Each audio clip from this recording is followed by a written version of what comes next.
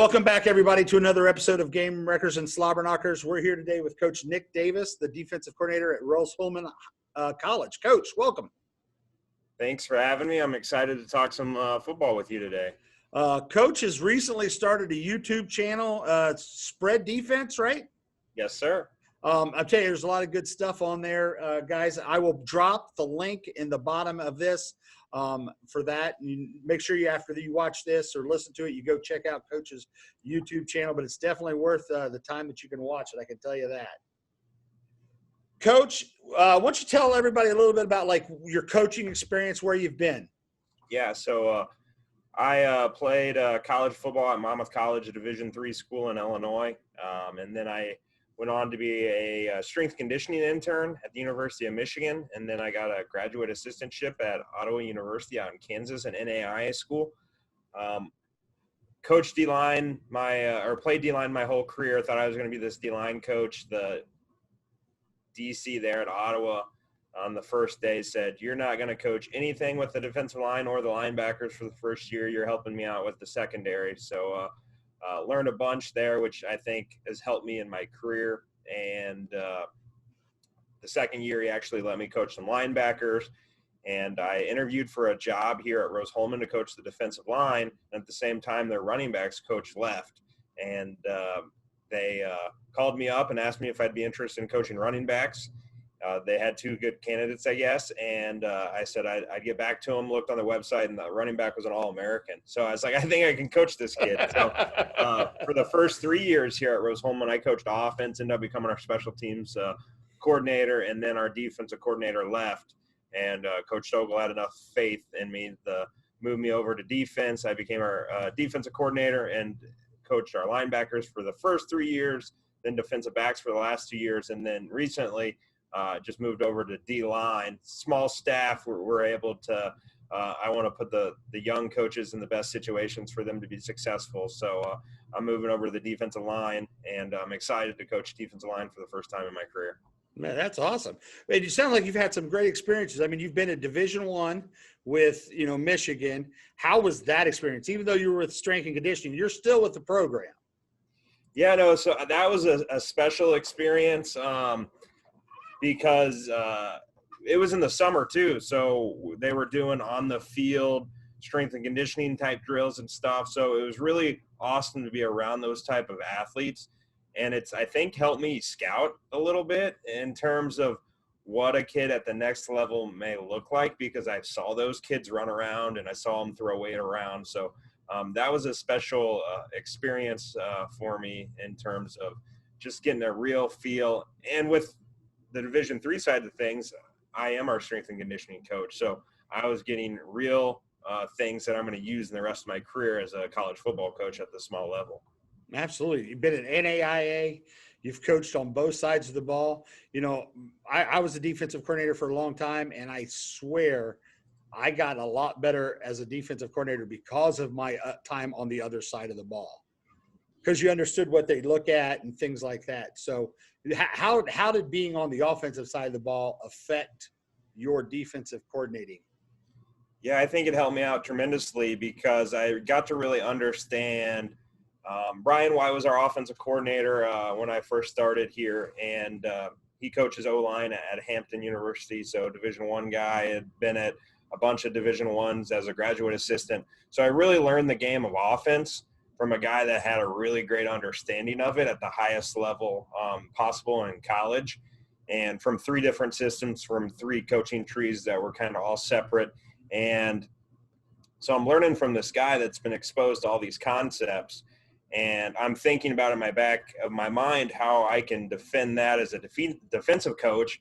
In fact, they liked me doing the breakdowns because I was a defensive guy. It was easy for me to figure out coverages, and he would ask me, why are they blitzing here or doing that? And I'd look at him and be like, well, that's their best player, or vice versa. I'd be trying to figure out, what's the tendency? And he'd be like, well, that kid led the nation in sacks. That's why that offensive line slid there. So it's really helped me out from a breakdown standpoint during the week of being able to figure out why a team did something different one week. You're not necessarily going to see every play that team ran the whole entire year, they're going to run the most plays that try to score touchdowns and be efficient against your defense. So if you're breaking down a bunch of defenses that are not like you, you're probably showing your kids a bunch of stuff that's not going to be relevant on game day if those coaches are, worth a lick, which most college coaches, most high school, people get paid to coach, so they're going to have some good game plan to beat you. So those are things that I look at, and I'm like, oh, yeah, 2x2, 4 verticals, probably not against us. They're, we play a lot of man. So they could run verticals on the outside and get the matchup they wanted. They don't have to run 4 verticals, and we still get our fair amount of that. But that's just one example of what I've been able to bring to the table, and then teach these young coaches a little bit about what that offense is trying to do to you guys. Right. Exactly. It was more efficient for me to, start. And the other thing I've gone through in my career, I just finished year 29 as an assistant coach.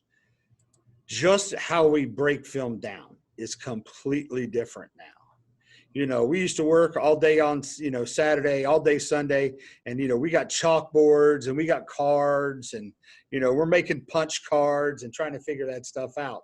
But now huddle assist, I think it's one thing that's made a lot of coaches a lot better, because now, you get that stuff done. Huddle just, you can put that stuff out there, and whether you use huddle assist like we do, which is unbelievable because it helps us do deeper dives in trying to find stuff, or like you do, which I'm going to talk about here in a second, is how you classify stuff and how you pull that stuff out.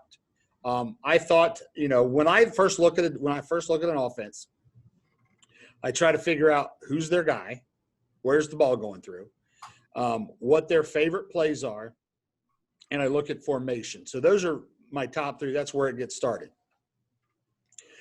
One of the things that are unique and I want to ask about is you classify formations by letter. Yeah. How did you come up with that system? And what does that, how do you determine what is, this letter and what's that letter? Yeah. So it really comes from Brian White. When I was on offense, we would have our formation names for our 2x2 that our kids would know. But he's like, when we're breaking this down, I just want this 2x2, and then we had a tag. So for us, a 2 extended by 2 extended formation would be 2 times 2, and then he'd have the letter E. And that made a lot of sense, so you could quickly go through, and you didn't need to put doubles or, have things. And the kids, I like this on defense because then the kids don't need to know all that information. They need to know. Oh my gosh, you're so right. 2 extended receivers by 2 extended receivers. So yes. Then, we see a lot of 11 personnel. So then there's a tight end tag. Is he attached with his hand on the ground? Is an attached tight end? Well, we say that's an A. Is he a wing? All right. Sniffer guy, we'll call that a W. So then we all talk about is if all the receivers are extended to the field, that would be a 2 times, and that wing was the boundary, 2W. Or if that wing was to the field, we'd go 2W times 2. So you would understand that that is a formation to the sideline for some coaches, a formation to the boundary, that they got their single guy into the short side of the field. Vice versa. We don't have to label FSL, formation to the boundary, because we'll go 1 by 3. So if there's a nub tight end, we'll go 3 by 1 nub. The end tells us it's a nub tight end. If it's 12 personnel, then we'll use double tags. So if the followers can follow me, 2 by 2 nub wing would be your doubles formation to the field, and then your attached tight end in the wing. I think that's so much clearer than having to come up with 1,000 different names. Then you go on the sideline and you talk to your defensive backs like, was that 2 by 2 or 3 by 1? Was he a tight end attached or was he a wing? And it's just so much easier on game day for the assistant coaches to get that message to the coordinator what the formation was. It's so much easier in the breakdown to get that picture. And then they go empty. It's 3 by 2. So we really live in the world of, and what got me to we played in a 21 and a 22 and a 31 personnel team that had a lot of wings. And now I'm like, I don't know all these names, like what we're going to call this, but it's easy for me to be like, this is 3 nub wing, 3 attached wing by 1 nub. And I described the backfield. So I didn't talk about that. If a team's under center, we'll put like 2 by 2 UC under center. So that would be 2 extended receivers on both sides under center. If they were 2 attached by 2 attached, and they're under center, UC. If the tailback's to the field, we'll say field. If the tailback's to the boundary, you could do strength or weakness. Why I like field or boundary, because I think that helps us on a coverage aspect to know the tailback was to the field or he was to the boundary, not necessarily where he was in relationship with that tight end on the strength. So you get bunches, then you create different tags. A 2-man bunch, we call it a bunch, so it's a B tag. A 3-man bunch, we call it cluster, so that's a C tag.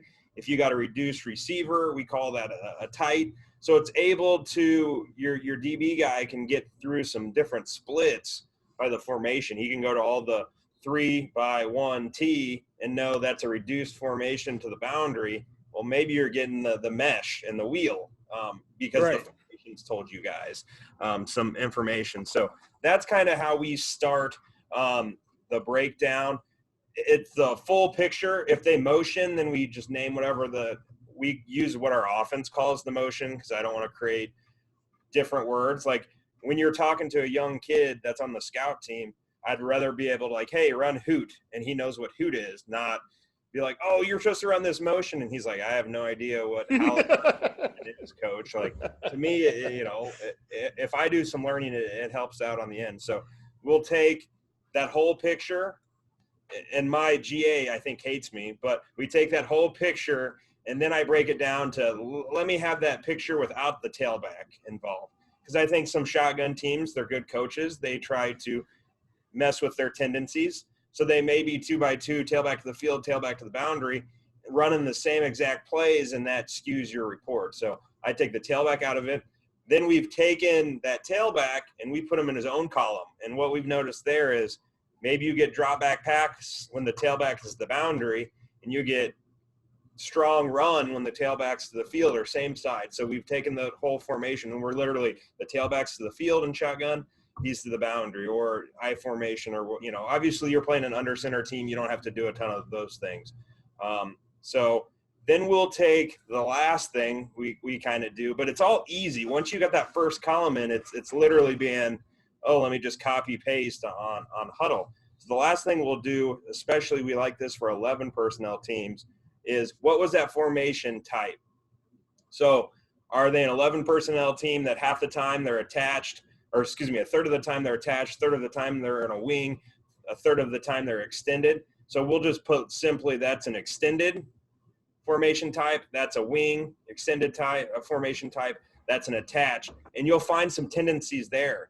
Now, not all this stuff's going to create tendencies, but if you've done all these different categories, and it's pretty easy because you just spent time doing one, and I think that time you spend doing the one's easier because you're literally counting 1, 2, 3, 4, 5 receivers, and that helps us on the long end. So we end up with 5 categories of information, and what I think is about the time it would take if you had some complicated system that your young guy breaking stuff down, or your kids don't understand that are watching the film.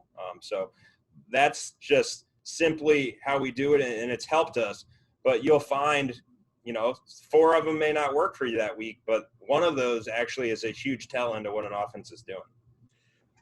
Coach, I've written about 10 questions. I'm not going to get to them all because I'm telling you, I love – so here's what we did. We started off and we were using the offensive formations, so our kids didn't have to learn 2 things. But the problem was we found out, and I'm going to give this guy credit, Mike Elko, who's the DC at Texas A&M now. He was the defensive coordinator at Bowling Green University, and we struggled one year. We lost a game we shouldn't. And I said, they were just killing us with this. And it was because we called a formation to the right, like pro, tight end flanker right, split in left. that was pro. But if you flipped it over, we named it con like our offense did. And so it takes that data that should be in there and it filters it out and waters it down so you don't find those things. So what we went to is we went to double calling every formation. So pro is pro open, no matter whether it's right or left. And then you can have twins open. Yep. And so the open surface is the open surface. And that helped us out a lot.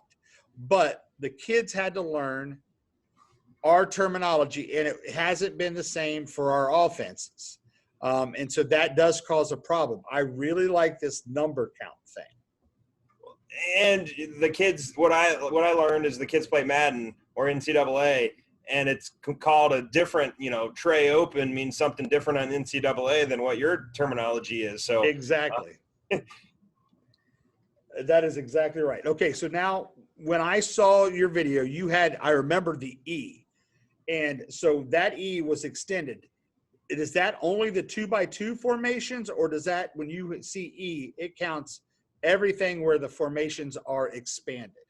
Yeah, so what we do is now, that's how it started. If I don't have a tag, we assume that formation is extended. So I don't go 3E by 1. So We'll just go 3 by 1, and I don't have an E anymore. But that's where the system kind of started. Okay. So our kids understand if there's no tag, everyone's extended in the formation. So that's kind of the easy way now. What I've learned, it was just one less thing we had to do. Right. And I'm telling you, I kind of like it. I'm thinking about taking like your system and adapting it to ours. And so if we keep pro open, that's going to be, it's an attached formation. So I'd create a new column and label it an A, right? Yep. And do those kinds of things. So I really think that is one of those things that if you can find a way to figure it out, because I truly believe, especially in high school, coaches are formation bound. They're going to start guys will motion. One of the teams I hated the most to have to defend was Springboro High School. Ryan Wilhite and Mike Fisher were there at the time. Now they've added some extra guys to the staff that make that staff even better. I'm glad they're no longer on our schedule.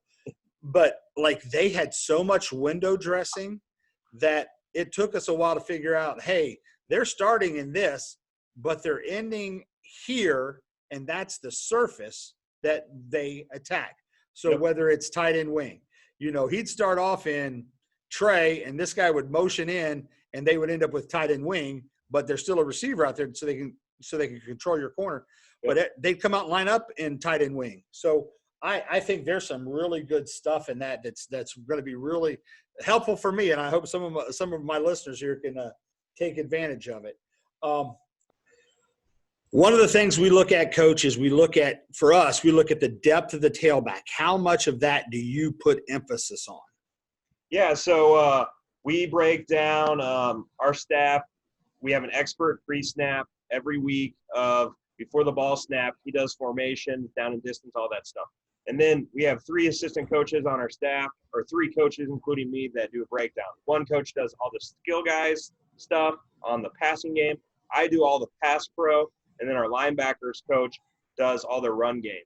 So we have a column for that tailback step. What we do is a 2, a 1, a 0, a -1, a -2. 0, he's even. 1, he's at that toes depth of the QB, that relationship. And 2 is he's 1 yard deep. And then kind of vice versa when you get the minus. I don't make that coach fill that out if he's watched 10 clips and he's realized that they're in the same position every single time. If they do have that tell in that first 10 plays, then I will have him break that down. But generally what we see is deeper back, inside run, hard ball, downhill play action. Even back or in front, you're getting past outside zones. But some of these teams know those tendencies and try to, what we've noticed is they want to be in the same spot no matter what, which is good for tendencies, but then it may be bad for inside zone, but it's good for outside zone. So I generally find you're going to see the team that cheats to their work, which helps you out as a defense. And if your kids can figure that out, that's going to help you out on game day. Or the team that is always in the same spot, but that's not going to be the best for all their plays, which is good for you as a defense as well. Right. And that's what we found out. If they're deeper, it's inside zone. If they're even, it's the power read outside zone game. And up for us is either quarterback ISO or pass. And that's all we get. Okay, so the other one we get is, how do you classify the H-back? If he's a sniffer, he's not a wing.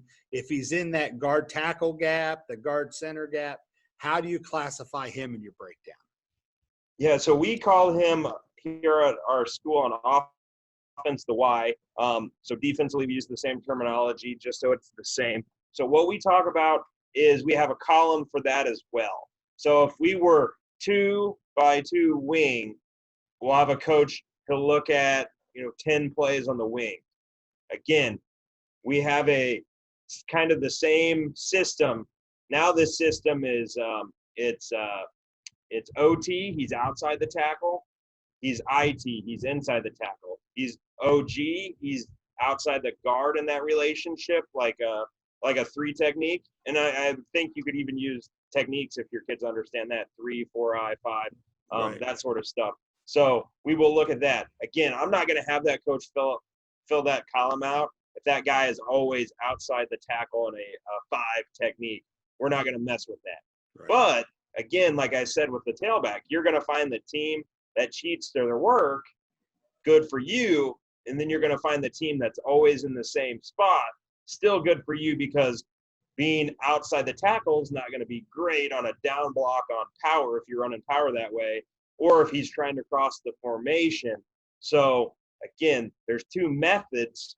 Again, just because they're always in the same spot, that's still good for you. It's just going to be good for you on Saturday night or Friday night. Right, exactly. So now, do you care about if your Y, your H, we call him H, sniffer, do you track whether they're on the same side or opposite? So we do that. So what we'll do is we'll track the sniffer and the running back, and I'll say that they started on the same side or they started opposite of each other. So our category is, we call the back here in the Y, it's a BY category. And I simply put, and we will do this for every play, but I will put that it's same side or opposite. Because what you're going to see, some of these teams that window dress in motion, they may be FS, at the end of the day, they may have had a 90% tendency that they were going to be opposite, or 70% tendency that they were going to be on the same side, no matter if it was 2x2 or 3x1. So we do that for every play. And then I do that breakdown of what are the plays when they're opposite, what are the plays when they're on the same side. So we do that. We also do a category of, did the tailback finish opposite of where he started, or did he finish on the same side? Separate from that, we do a same category of, did the tight end, the wing, did he stay where he started or he go back door? So we do that for the wing, because our DBs handle the wing and all of our coverages and all of our run fits. Besides a few little small things, we have our linebackers handle those guys. So that's good to give information where the wing's going to the DB's coach or our linebackers coach in terms of that. So we do them together, and then we do both of them separate. And what I've learned, especially this fall, we didn't play any games. Our season will start in January. So we just practiced against our offense. You could tell a little bit, by what they were going to do based off of those tendencies that would solve. And then I'd say the big thing with young kids, if that, and even college kid teams we played against, that wing may give away where he's going by his eyes, either pre-snap or he may be looking really hard away from where he's going. But at some point before the ball is snapped, once he gets the call, he knows that he's going back door. He's going to look back door, all right, and then he's going to stare down. So we'll make calls where our DBs will either read the wing post-snap or they'll lock the wing pre-snap based on that dude's eyes a little bit. So, again, O-linemen give it away, running backs give it away. But I think those wings really give it away, especially if he's got to insert for a linebacker on the other side at the second level, he's trying to eye up where that guy is pre-snap. Okay, so when you are charting this, like the opposite or same side, it's like, so for that Y, it's not where he starts, it's where he finishes, right? Yep. So I could be on the same side as the tailback. I'm trying to get this here. Same side as the tailback, but I motion over and then I go out. It would be an opposite for you, right? Yep. Okay. As the ball is snapped, because you're going to end up with your teams that yak and all those sorts of yo motions, yo and yak, or whatever you want to call it if you're calling it the H back. So we do where they finish. Now that's a little tougher tendencies for the kids, because if they are yo-yoing back and forth, like they get, they're doing that for a reason to cover things up. But if you have some sports, if you figured out on the yo-yo what play they run, maybe you're able to get into a check. So that's what we do. And we clarify the center as kind of that end of the rope. So if he crosses the center's bow, both running back and Y, he's opposite. Right. So he can enter in the near A gap, and we would consider that a same side. Okay. Man, this is awesome. All right, run concepts. The other thing that we got away from is we used to call it 26 power and 27 power. And so, but we got rid of that because, well, was it really the 6-hole? Was it the 4-hole? It's like, so we don't do a hit chart because it's high school football for us, and that running back's supposed to run that off tackle power play, and he ends up way wide. It was still blocked power. So do you guys, how do you do run concepts instead of, like, is it a zone scheme, gap scheme, that kind of thing? How do you classify your runs? And same thing, how do you do it with your passes? Yeah, so for us, we try to we break it down by scheme. So that was a inside zone. And to me, like, you got all these coaches that are running inside zone, mid zone. Like, was anyone trying to reach the defensive line? No. Okay, that's inside zone. If you're running mid zone, you may be running it to the B gap. If you're running inside zone, you may run it to the A gap. The running back's going to go to wherever there's an opening. That's what they're taught. That's what you're coaching them. That's what you want. So I don't get too crazy about that. Well, is there an outside zone? We're seeing multiple offensive linemen trying to reach the defensive line. So that's what we consider an outside zone. We have a gap scheme that an offensive line is pulling one offensive line. That could be power. That could be some sort of fold. They are trying to create a new gap on the other side of the center. For us, we consider G, Y counter that because our DBs are going to handle the wing. So we just need our one linebacker to get on the other side. We need the other linebacker to play slow for the cutback away. So that's a one gap. They're pulling two O linemen. Well, two gaps. All right. It could be sweep. It could be GT counter. That's how we classify it. And run game wise, you're going to end up with maybe some speed option. Again, we're not seeing a ton of crazy option or wing T teams at this level. So we don't have that. But I think you want to create a system at your school where there's less than 10 things you have to tell your kids. Because I listen to these podcasts all the time, and there's so much terminology in the game of football. Those kids can't learn 20 different run schemes. And then you ask them what, some of the high schools in the country, they got the huddle sideline. Well, at the college level, we don't have that. So if a kid comes off the field, hey, coach, what was that? And I ask him, what do they do? He's going to be like, I got down blocked. He didn't know that it was GT counter, 70,000 different ways to name that play. I got down, there was a down block and a guard came. Like, oh, great. I know there's a gap scheme. Great. Did you see one or two? I just saw one. Awesome.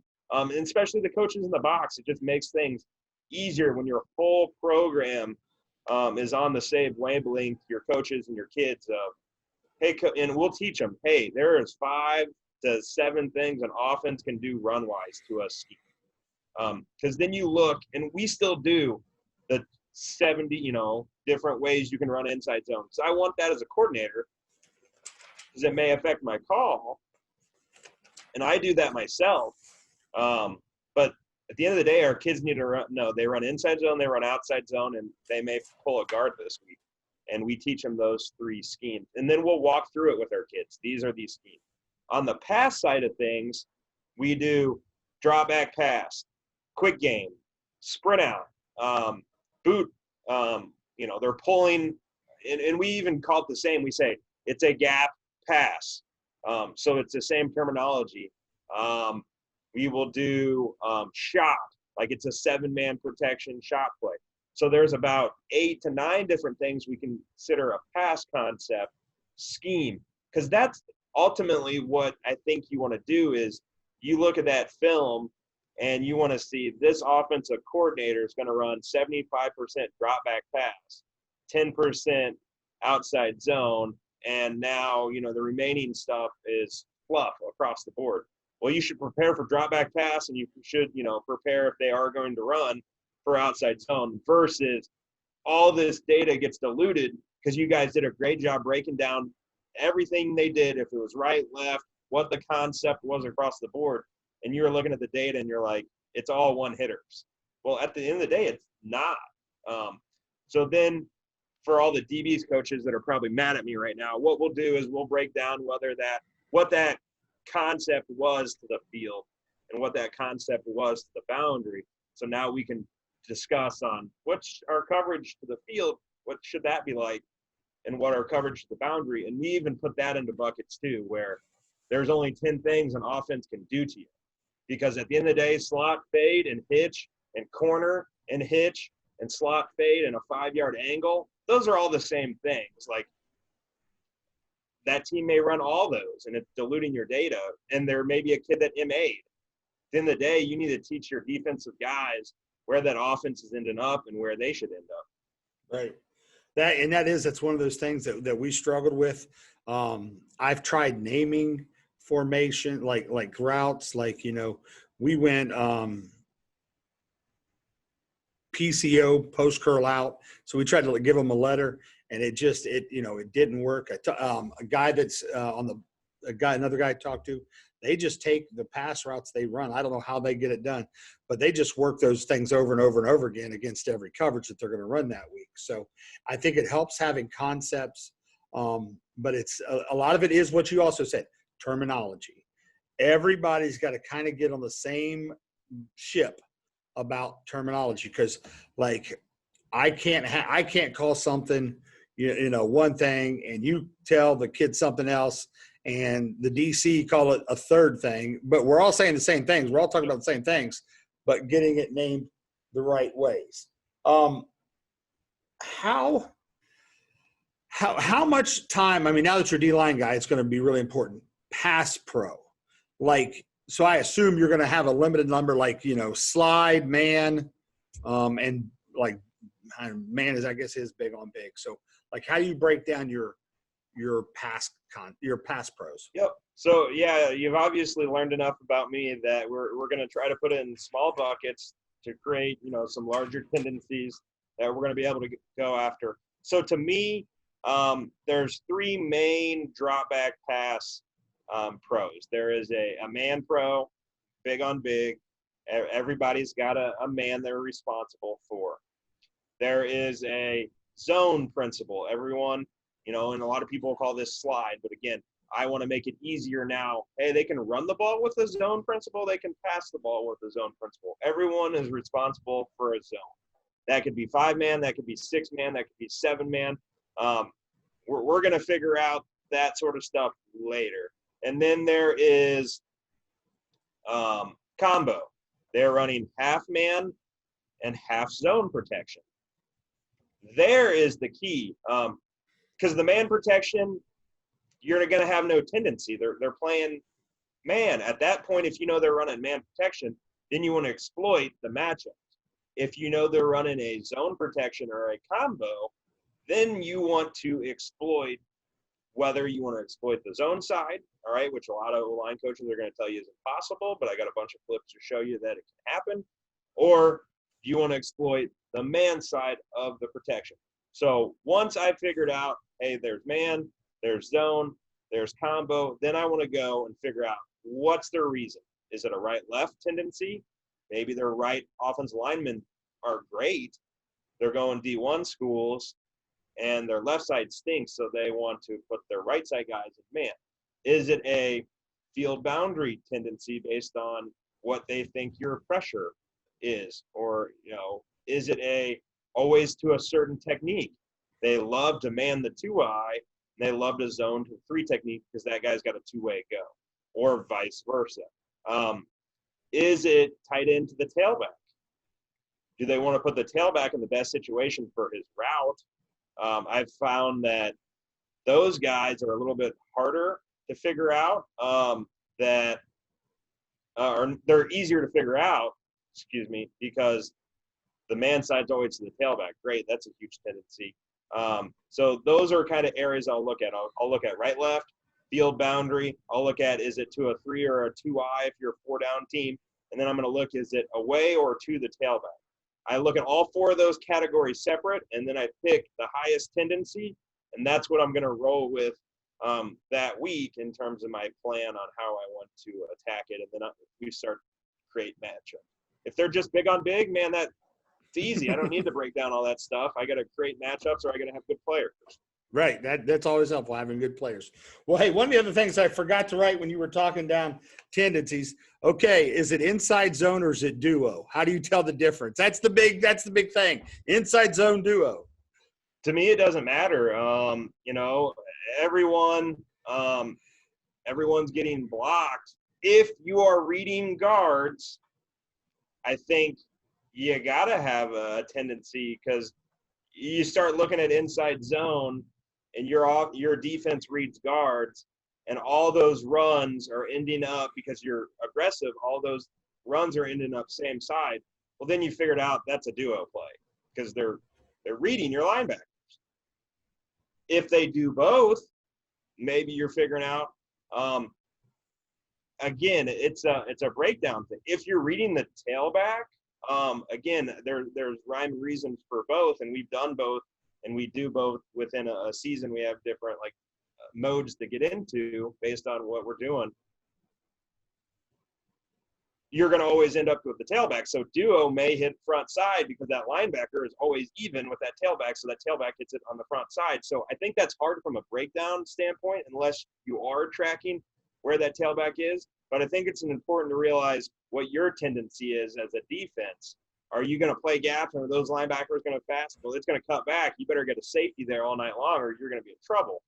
Are you going to read the back, and it's going to end up more likely front side because your backside linebacker is a dude and he's doing his job in terms of staying inside out the tailback.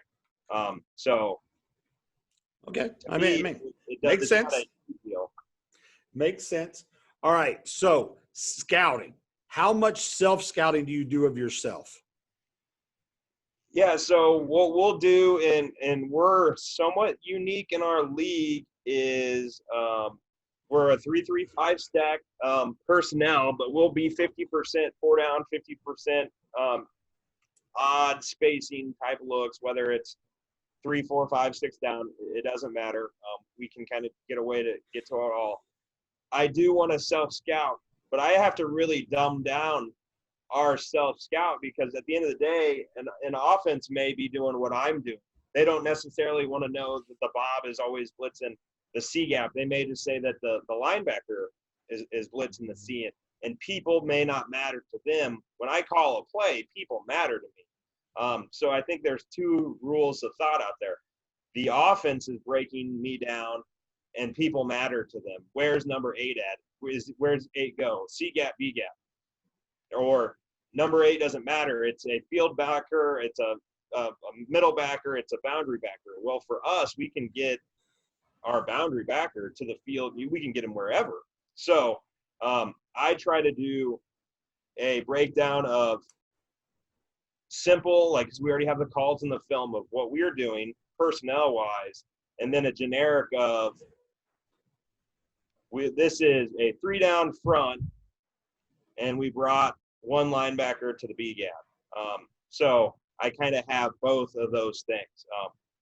And I do think it matters, because if you have a 90% cover one tendency going in the game, I bet 9 of those first 10 plays are going to be man coverage beaters, whether it's a run or a pass in those openers. And when you find yourself down 14-0, it's because that team used your tendencies against you in the first 10 plays. So I do think it's important. Sometimes if you're really good and you do what you do, you do what you do. But I think it's important to understand, we're 90% man, we're 90%, our 3 techniques going to be the tailback. They're going to try to exploit you if they're good coaches, because that's what they get paid to do. So understand what you do, have some wrinkles, but don't change your whole playbook to, in a week because you're scared at some point. Again, they got to call the right call when you called your call. And I think a lot of coaches, hey, they're really good at counter. I got the counter beater, and they keep calling the counter beater, and they not end up running counter all game, and you put yourself in a bad situation. So I look at defense as, I'm going to call a bunch of plays to defend the most plays that I feel like are going to hurt us in the long run, not one play I feel like that's going to hurt us. Right. I'm with you completely. Now that you said something there made me go back and think of something else. Personnel groupings. So is it 11 personnel? Is it 20 personnel? Are you guys more concerned about the player in the game or the formation when you talk about that personnel grouping? Yeah, I think it's the player in the game, because we'll see a lot of 11 personnel teams that can do 11 pictures, 10 personnel pictures. If you got some big outside receiver, maybe you can get into some 12 pictures out of 11 personnel. Right. So, we're more concerned on, okay, it's 11 personnel. This is the scheme they run with 11 personnel. Because you're going to see if a team is 10, 11, and 12 within a game, and you break those down by the simple schemes we've talked about earlier, you're going to find out, 10 personnel is probably drop back pass, 11 personnel is more balanced, and 12 personnel should be more run, or they're getting 12 personnel to go play action on you, trying to use their own tendency against you guys. So we will look at that, and we want to play the percentage because we see so much 11 personnel where it could be any formation. So I can't be like, it's 11 personnel, let's call my attached tight end beater. He could be a wing, he could be nub, he could be extended. Our kids have to be able to adapt to all that within the coverage family. Yeah, because that's one of the things we tried to do the personnel thing, but we never really got a good grasp on it because, one, sometimes the films we get are really terrible and you can't tell what the number is. Unless they're tied in, like we played when we were playing, I was talking about Springboro, the Riggs kid who's now at Kentucky, you knew when he was on the field, he stood out. But we really were sometimes he would line up as a wide receiver and, it'd be 21 personnel, but it was really, it was a 20 formation. Yep. So it's when they take, especially have those tight ends. That's why everybody loves those tight ends now that can line up and play out on the field. And each week changes for me. If I'm playing an 11 personnel team that they're going to be 11 the whole time, I'm thinking formations. Right. If I'm playing a 10 personnel team that gets into 11 20% of the time, well, I have now my small menu of 11 personnel calls. So right. I think you can't live in one mode for the whole entire season. You got to take it game by game. What is the identity of this offense? Right. Well, they were really good because they'd take personnel and they would put, all of a sudden you see their kid, it's their fullback and he's a wing. Other times he's a slot and he would catch passes out there. He went out there for window dressing. So it helps when you're personnel, especially in high school. I think it's a little bit more flexibility for that personnel, at least at our level. Well, and you get yourself in trouble if you're a defense and you're trying to match personnel, because now they were 12 personnel, but it's a 10 personnel formation, and you subbed in more linebackers. Now your linebackers are out doing things that they're not used to doing because the formation's got them out there. Right, exactly.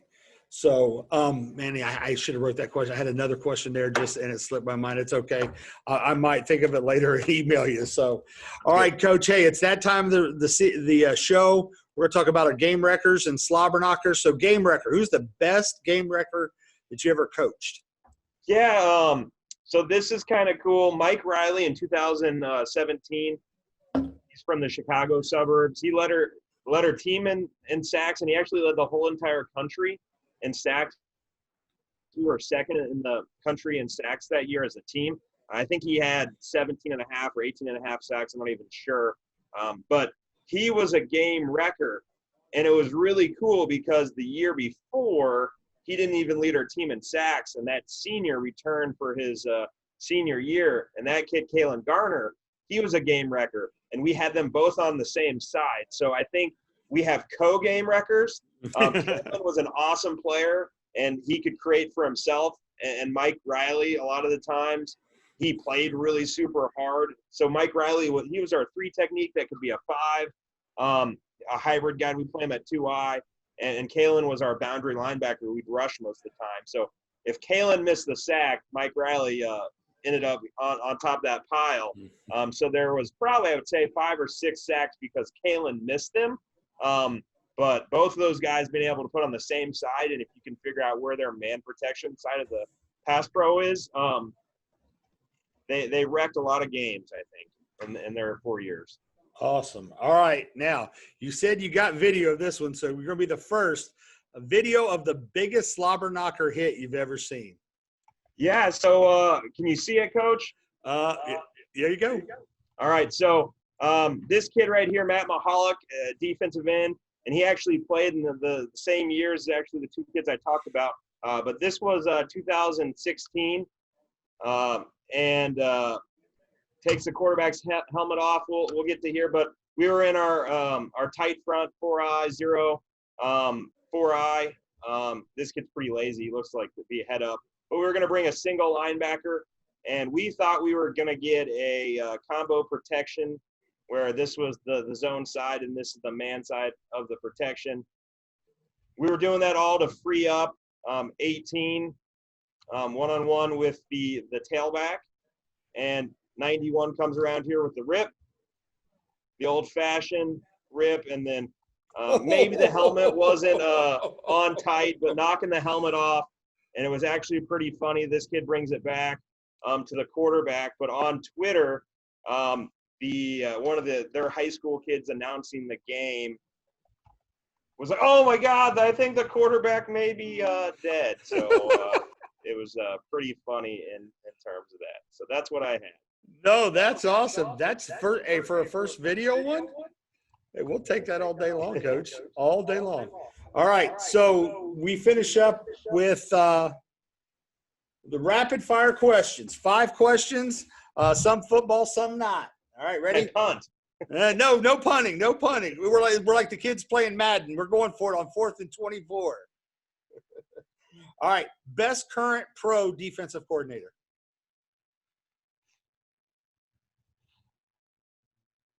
I like the I don't know his name, the Ravens guy. Okay. Wink Martindale. Yes. He's from Dayton. He's from Dayton, Ohio. Okay. Yeah. Played at Kettering Altar. Which is the better football movie speech? Being Perfect from Friday Night Lights or Inch by Inch from Any Given Sunday? Inch by inch. Okay. Game of inches. Was Rudy offsides? Yes. Yeah. But he needed to. Yeah, he was a little undersized. All right. Craziest thing that's on your bucket list to do? Skydive. Skydive, really? Not me. I'll fall to the ground too fast, I promise you. I don't think my wife will let me, even though she might enjoy the insurance. All right, last one. Big guy, I always got to ask a food question. Does ketchup belong on a hot dog? I don't eat hot dogs. So if I were to eat a hot dog, I would say yes. Oh, okay. Hey, Coach, I appreciate it. This was a blast. I have pages upon pages of notes. I'm going to have to go back and get these things put in for my own use because I'm really excited about some of the things. Guys, I'm going to put Coach's Twitter and YouTube channel in the description of this.